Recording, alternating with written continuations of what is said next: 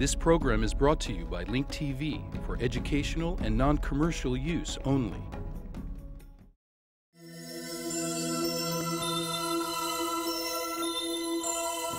Mosaic, a daily news program from Link TV, presents a selection of news reports from independent and state-controlled broadcasters from throughout the Middle East.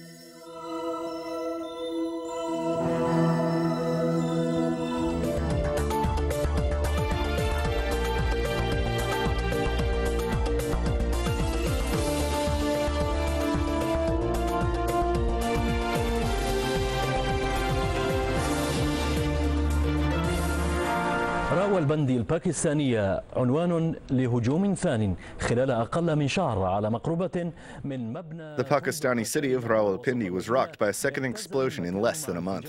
A suicide bomber detonated a booby-trapped motorcycle near the Shalimar Hotel in central Rawalpindi, killing more than 34 people and injuring 20 others. The attack took place in an area adjacent to the headquarters of the Pakistani Armed Forces, which was targeted by another blast last month involving a hostage situation. هجوم تبعته عملية احتجاز رهان وسبق أن شهدت راولبندي هجمات عدة. Rawalpindi has been hit by a string of bomb attacks, mostly against the Pakistani army. More than 2,400 Pakistanis have been killed in the last 2 years in waves of bomb attacks, mostly carried out by armed Taliban fighters. ينفذ انتحاريون من حركة طالبان باكستان.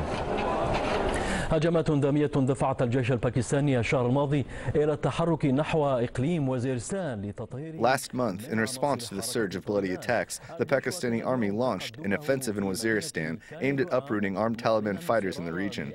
The Pakistani military confirmed that its troops have advanced in the city of Kanugaram. The army said that hundreds of foreign fighters were seen fleeing the region. 9 armed Taliban fighters and 2 Pakistani soldiers have been killed in battles in the last few hours. More than 306 armed Taliban fighters and nearly 36 Pakistani soldiers have been killed since the Pakistani army launched its offensive. The government of Pakistan has offered a reward of $5 million for information leading to the capture of the Taliban Pakistan leader Hakimullah Mahsood and 18 others. Hakimullah Mahsood و18 آخرين. وينضم إلينا مباشرة من راولبندي مراسلنا مهيوب خضر. Joining us from Rawalpindi is our correspondent Mayub Khudr. Mayub, how do you interpret this surge in attacks on the Pakistani forces? Yes, Faisal. It's clear that every time the Pakistani army makes progress in its military offensive, dubbed Operation Path to Salvation, in southern Waziristan, the Taliban intensifies its attacks on the cities. This is the strategy of the Taliban, as confirmed by the movement's leadership. It's an attempt by the Taliban to mount public pressure on the Pakistani government in order to halt the Waziristan offensive. The Pakistani army has seized control of a key Taliban stronghold in the area of Qarzai. The Pakistani army also regained control of Sargura. The army is surrounding a third area, which is home to several key Taliban positions in southern Waziristan. The Taliban is responding by launching forceful attacks inside Pakistani cities in order to mount pressure on the government to halt Operation Path to Salvation. Mayub, do you think that these attacks, which are targeting civilians as well, will force Islamabad to halt its offensive in Waziristan? Faisal, it's clear that the Pakistani government is still insisting on carrying out its offensive, dubbed Operation Path to Salvation in southern Waziristan. These types of bomb attacks are pushing the government to take further military actions in order to end the threats of the Taliban, especially in southern Waziristan. Faisal, don't forget that Operation Path to Salvation is enjoying the support of the various political blocs, including the opposition, and don't forget the growing foreign pressure on Islamabad. U.S. Secretary of State Hillary Clinton, who was in Islamabad a few days ago, has praised the offensive and called on intensifying attacks on Taliban strongholds in southern Waziristan. The Pakistani government has no choice but to continue its offensive.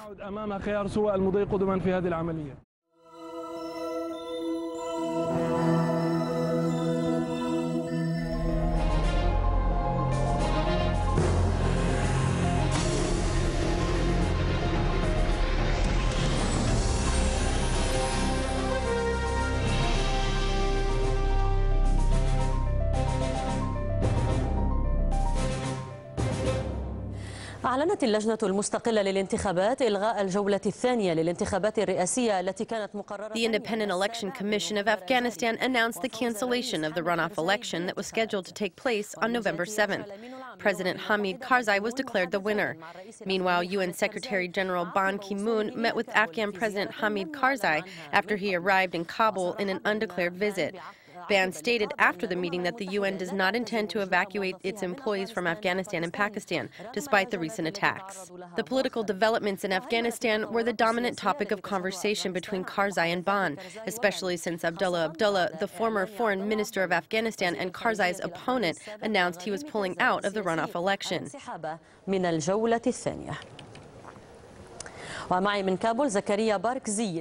Joining me from Kabul is Zakaria Barakzi, the Vice President of the Independent Election Commission of Afghanistan. Mr. Zakaria, some people accuse you of unjust and illegitimate work. How do you respond to that? I should answer. علي أن أجيب على هذا السؤال بطريقة التالية. I should answer that question in this way. The Independent Election Commission of Afghanistan supervised the first round of elections in accordance to the Afghan law and constitution. كما هو الحال عليه في أفغانستان فإننا في خضم حرب وهناك الكثير من القضايا. It is apparent that in this current situation we are at war and there are many security problems. Some supporters of both candidates have committed forgery in the process of the election. ولدينا آليات جيدة للتعامل مع هذا النوع من العمليات والتي. However, we have a good mechanism to deal with this kind of issue, which is through the Electoral Complaints Commission that is independent from the Elections Commission. واتخذت قرارا بأن هذا التزوير يجب. The Complaints Commission has reviewed all the allegations and has made a decision to cancel those forged votes. أفغانستان قررت بأن الانتخابات يجب أن تأخذ دورا ثانيا. Therefore, a runoff election was called for, which would have had to be held within 14 days after the verification of the results, according to the Constitution.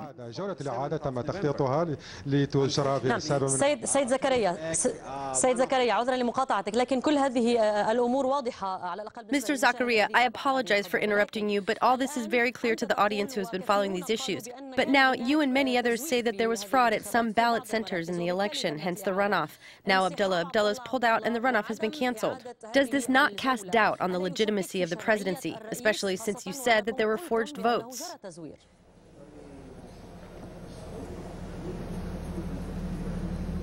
أود أن أقول بأن كافة الأمور تم إدارتها حسب القانون. I would like to say that all these events were run according to the election laws and Afghan constitution. Since one of the candidates pulled out of the runoff election, there is no sense to organize it with just one candidate.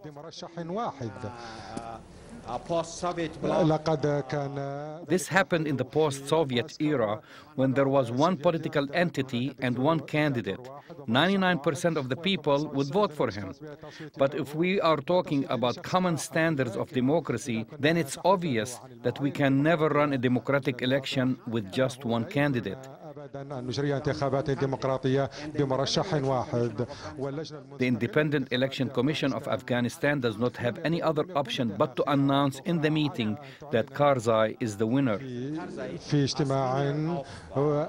Yes, declaring Hamid Karzai triumphant and that he is the legitimate president. Thank you very much for joining us from Kabul. Zakaria Barakzi, Vice President of the Independent Election Commission of Afghanistan, from Kabul.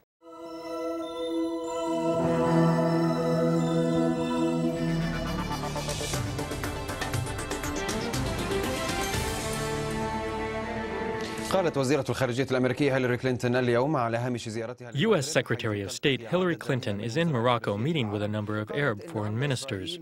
On the sidelines of Clinton's visit, she said today that Israel's offer to limit settlement expansion is an unprecedented and positive step, but it is still less than what Washington wants. Controversy arose after Clinton stated in a press conference with Israeli Prime Minister Benjamin Netanyahu that stopping the settlements in the West Bank should not be a precondition for resuming the peace process as the Palestinians demand. This prompted some U.S. officials to confirm that Washington has not changed its stance in regards to the Israeli settlement policy. But Clinton believes that the most important thing is to resume the interrupted negotiations. Meanwhile, Palestinian President Mahmoud Abbas will meet with U.S. Special Envoy for Peace in the Middle East, George Mitchell, in Amman to discuss resuming the negotiations with Israel. In this meeting that will be held in the Palestinian ambassador's home in Amman, the two parties are expected to address the issue of freezing settlements that the Palestinian Authority demands as a precondition for any negotiations with Israel.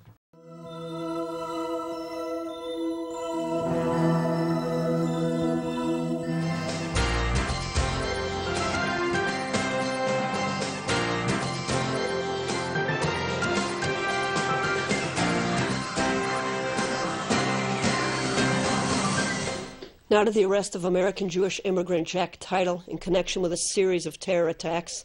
The 37-year-old resident of the West Bank settlement of Shvut Rachel reportedly confessed to a series of hate crimes against Palestinians, Jews, and Jewish missionaries. But police say that he did not carry out the attack on the Gay Youth Center. IBA's Eli Wagelander has that story.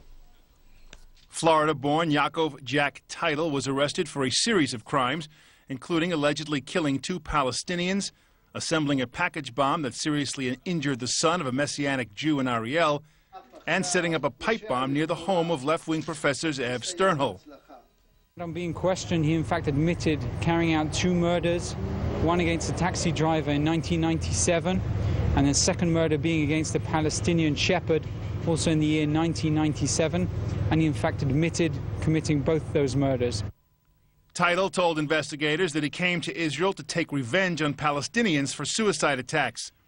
Crimes attributed to him include the 1997 murder of a Palestinian taxi driver in East Jerusalem, and a few months later, the murder of another Palestinian near the settlement of Carmel in the South Hebron Hills. Title said that in both murders, he used a gun he had taken apart and smuggled aboard his British Airways flight to Israel. He was arrested on October 7th in the Jerusalem neighborhood of Har Nof, after posting signs praising the attack on the Tel Aviv Gay Lesbian Center, in which a gunman murdered 2 people. Tyler was questioned about a possible involvement in that August attack. He initially claimed responsibility for those murders, but investigators say he did not commit them.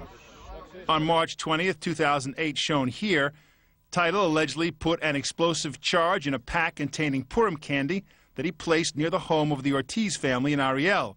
The 15-year-old son was seriously injured in the attack. Title says he targeted the family members because they are, quote, missionaries who intended to entrap weak Jews. Title apparently knew of the security camera and covered his face, but police were still able to identify him. On September 25, 2008, Title allegedly placed a bomb outside the front door of Sternhol's house. After that attack, police started to link it with others, and DNA at the scene led to Title being placed under 24-hour surveillance and his eventual capture. Title was born in Florida in November 1972, the son of Mordechai and Devorah, American ultra-Orthodox Jews. His father was a dentist who served a stint in the U.S. Navy during the Vietnam War. His mother worked as a medical secretary. Mordechai Title says he knows nothing of the crimes of which his son is being accused. Mr. Title, what do you know until now? Nothing. Rumors or anything? I haven't heard anything. I've heard nothing. No one wants to say anything. That's the problem. I wish I did know. I have no idea. You weren't informed by anyone about the charges? Nothing. Nothing. They would say nothing. When was the last time you saw him? Stay. I can't say that because the lawyer said don't say anything, and I wish I could help you. Have been involved before or something like this? Not that I'm aware of. When Tyler was a teenager, his family moved to Norfolk, Virginia. He later received a bachelor's degree in psychology. He lived in Israel for extended periods in the 1990s and moved here permanently 9 years ago. He later married Rivka Pepperman, a dance teacher from Manchester, England, in 2003. The couple has 4 children under the age of 5½. Neighbors from Shiloh were shocked to hear of the arrest. Since he came to our area less than 10 years ago, I would meet up with him in our grocery store, which is a supermarket and the only one in the area. So from Shvut Rachel, all the shopping's done in Shiloh. And he was friendly. I guess my English was like a magnet to him. We don't have a car, so he would take me home straight to the door. Always nice. When he got married, his wife, same thing. He did tell me he didn't agree with what I wrote in my blog, though he didn't say why. I wasn't sure if I was too moderate or too extreme. But I just can't believe anything I've been hearing because he was always a nice guy. Police have found weapons stored at Teitl's home in Shvut Rachel, including 6 rifles and 3 pistols, which Teitel allegedly smuggled from the United States in a shipping container. Ellie Wogelernter, IBA News.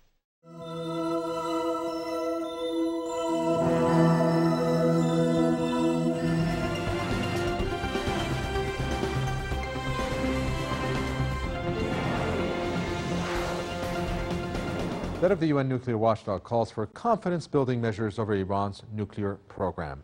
Mohammed al-Baradei says the issue at stake remains to be mutual guarantees. Al-Baradei added that trust and confidence building is the incremental process that requires focusing on the willingness to take risk for peace.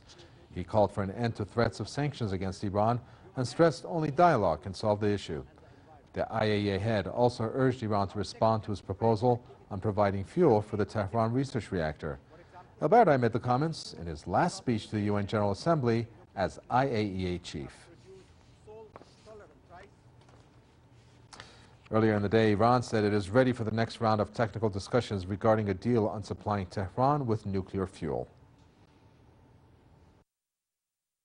We are ready for the next round of technical discussion in order to make sure that our technical concerns, specifically the issue of guarantee for the fuel, for the supply of the fuel, is taken into consideration. The core issue is assurance and guarantee for supply of the fuel.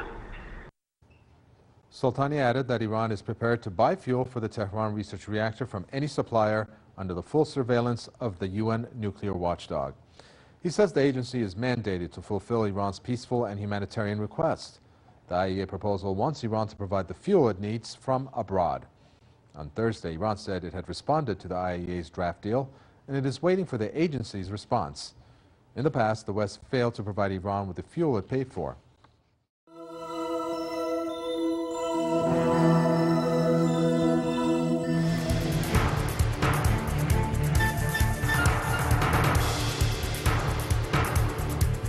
The Lebanese Phalange delegation continues its visit to the U.S. Capitol with a series of meetings held in the U.S. Congress. The Phalange delegation continued its visit to Washington and met with officials from the U.S. administration and the U.S. House Committee on Foreign Relations. The delegation showcased the situation in Lebanon after the parliamentary elections and current state of government. During a wide-ranging meeting for the March 14th Alliance forces, the delegation reiterated that there was no alternative for strengthening the government and stressed the importance of supporting the army and reaching a comprehensive strategic agreement pertaining to the Hezbollah weapons. The delegation also reiterated the importance of implementing democracy in a way that reflects the results of the parliamentary elections. According to the results of the elections, there should be a ruling majority and an opposition minority, which will make forming the government easier. The participants in the meetings stressed that it was important for the president of the Progressive Socialist Party, Walid Jumblat, to stay within the majority, even if his political approach was different due to his different considerations, especially regarding the threat of illegitimate weapons. Mr. Mohammed Hussein Fadl Allah strongly criticized the Lebanese officials who deal with the U.S.-Israeli drills and threats made by War Minister Ehud Barak by behaving like ostriches burying their heads in the sand instead of weighing in these dangers. He also pointed out that after all this time, the Lebanese officials are still waiting for the government to be formed. Mr. Fadl Allah made this statement in a Friday speech in Hassana Mosque. He warned about grave dangers that are overlooking Lebanon from its southern border.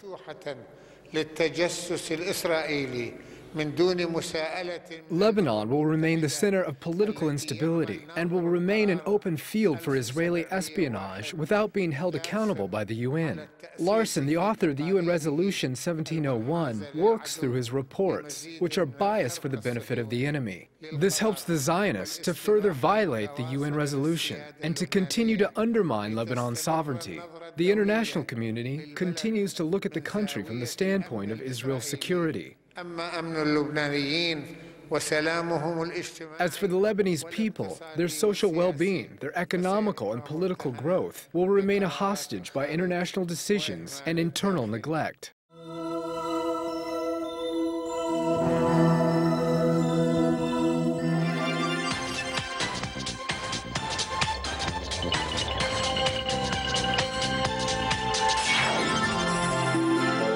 وفي آخر تطور لإنفلونزا H1N1 أعلنت وزارة الصحة أنه تم The Ministry of Health announced that 51 new H1N1 cases were registered in Casablanca, Asila, Wajda, Meknas, and Shikrat, raising the number of total confirmed infections in Morocco to 397. This number includes 145 cases in schools.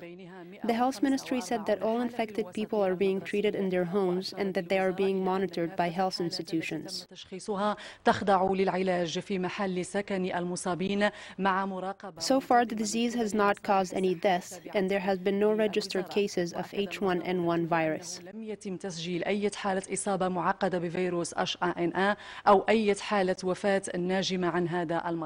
The Ministry of Health, Yasmina Badou, reiterated today that the H1N1 virus is under control in Morocco and that the number of infections that have been recorded so far is still small in comparison to other countries. إذا احنا نبغيو نطمئنوا الرأي العام لأن لحد الآن الوضعية الوبائية في We want to assure the public that so far there is no reason to worry, especially when considering that the number of infections is small. In addition, the infection cases are not serious. So far, all the people who were infected with this disease did not even need to be hospitalized.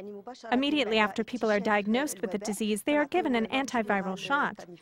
والحمد لله يعني تيشفاو بدون أي أعراض ولا أي إشكال. Thank God, people are cured without any side effects or problems. 2 institutions were closed in coordination with the Ministry of Education. This virus has caused fear, and there were rumors that many schools were closed, but these rumors are not true. Only 2 schools were closed in Casablanca. Only 3 schools and some university departments were closed nationwide. 3 مدارس وبعض الأقسام. إذن خاصنا المواطنين والمواطنات زعما ما خاصهمش يتخوفوا. I want to tell Moroccan citizens that they should not be afraid, and they should know that we have sufficient quantities of antiviral drugs. They are available for free in the hospitals. The antiviral medication can also be bought from pharmacies. يعني تقتنى في الصيدليات. Omar Al-Mazid is joining us this evening to give us more details and to inform the public about this disease. Today, 397 cases of infections have been registered. How can you describe the status of the disease in Morocco?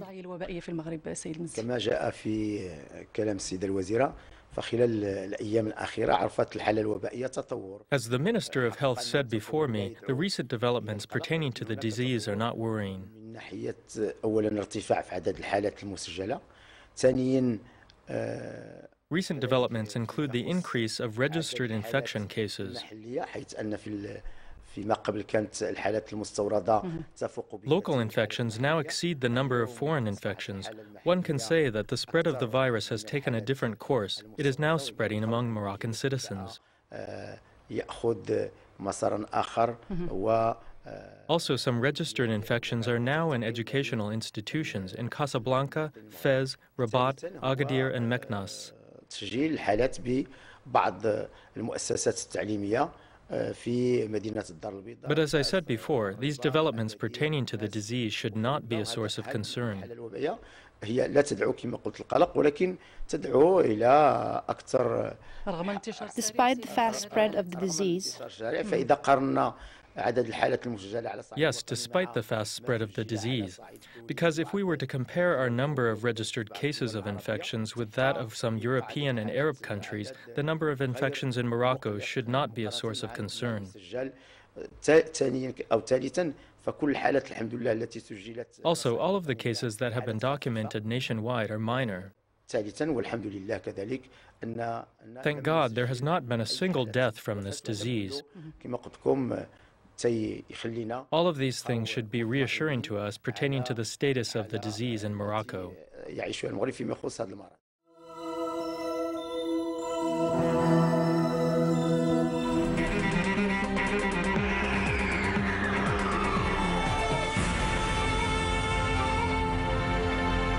بعد أشهر قليلة من السماح لهن بالتقدم بطلبات للحصول على A few months after they were given equal rights as men to own land, the Sultanate of Oman started to assign residential plots to Omani women.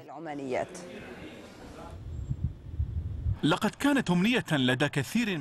was the dream of many Omani women to be able to acquire a plot of land from the government, just like men. Today, this dream has become a reality. Samia al-Arabiya came happily from the province of Brahimi to the area of Sahbi, where the government held an auction for residential plots. Samia is hoping to get a plot of land in a good area. I don't know what to do with the land. God willing, I will make an investment that will generate income to help make ends meet. During the first week of drawing, more than 1,000 participating women have won plots of land. The drawing is similar to that usually held for men. More than 400,000 Omani women, including 100,000 in the capital of Muscat, have submitted applications to the Department of Land Entitlement. The new land law will help open a new horizon for Omani women. This will help empower women at various levels, including social, cultural, and economic, as well as at the investment level. Samia seemed happy as she stood on the plot of land that she won in the drawing.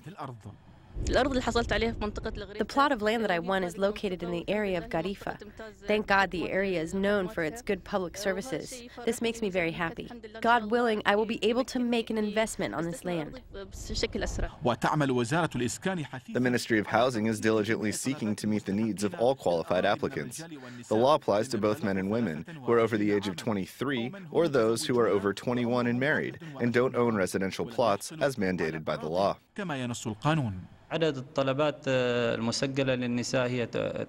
The number of registered female applicants is nearly 80% of the total applicants who submitted applications after the issuance of this land decree. In the past, the land was given mostly to men. This doesn't mean that women were entirely banned from owning land. The law had allowed women who support themselves or others to own land. The right of women to own land from the government was not possible before November of last year. Last year, His Majesty Sultan Qaboos amended the government land entitlement law, giving women an equal footing with men. This is to confirm the women's role as half of society. Yusuf al-Yusifi from the province of Brahimi, northern Oman. Get more news about the Middle East online at linktv.org/Mosaic. The Mosaic webpage offers a complete archive of Mosaic programs, program transcripts, the Mosaic video podcast, and the Mosaic Intelligence Report, a weekly analysis of the hottest stories from the Middle East. The views expressed on Mosaic are those of the participating broadcasters, not Link TV or its sponsors. The production of Mosaic is made possible with the support of viewers like you. Thank you.